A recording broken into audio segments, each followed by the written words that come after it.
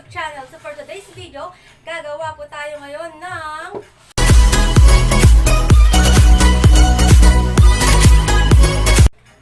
So ano nga ba yung mga gagamitin natin ingredients sa paggawa ng onion ring?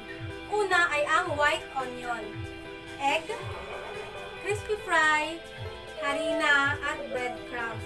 Yun po yung mga ingredients na gagamitin natin.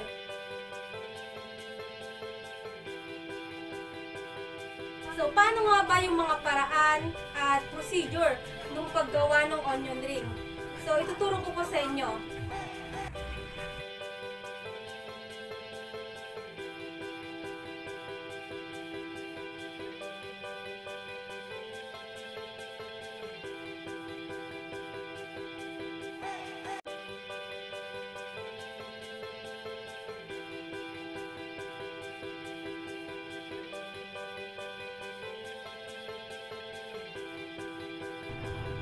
Pagkatapos nating balatan yung sibuyas, hihiwain natin ito in circular shape.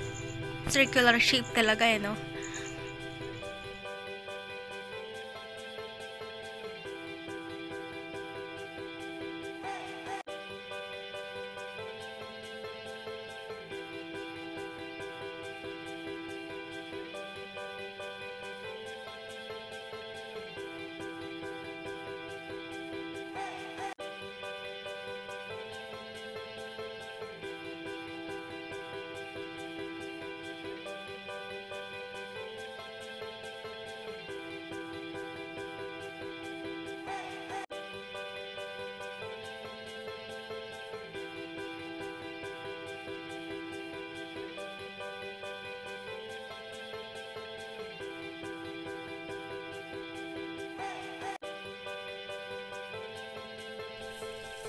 So, pagkatapos nating hiwain ng pabilog o ring shape, ganito na yung gagawin natin. Kailangan na nating paghiwa-hiwalayin ito.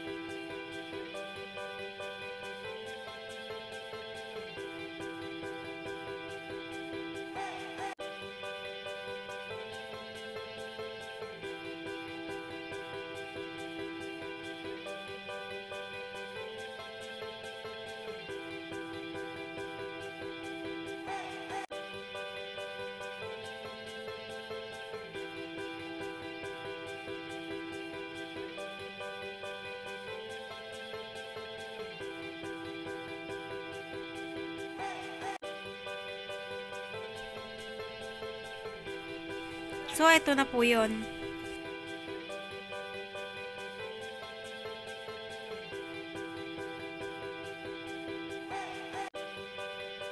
Ang susunod na po, ihalo na natin yung crispy fry sa harina.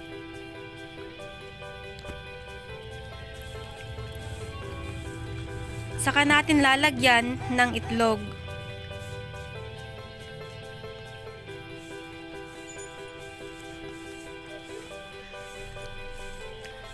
Pagkatapos natin ilagay yung itlog, imimix na natin siya.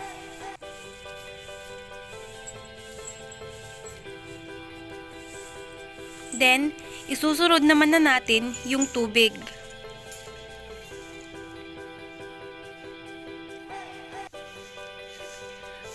Pag nailagay na natin yung tubig, imix lang natin siya hanggang ma-dissolve yung mga nilagay natin.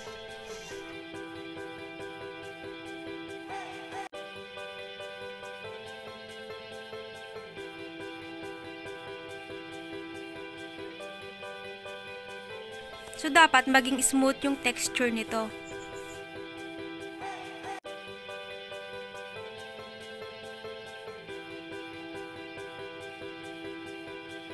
Sa pag okay na yung texture, pwede na natin simulan ng paggawa.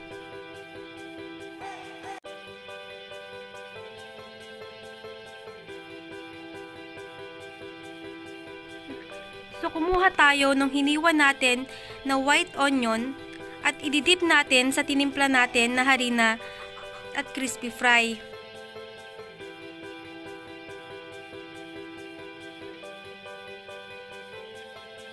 Pagkatapos nating ididip natin ulit ito sa breadcrumbs.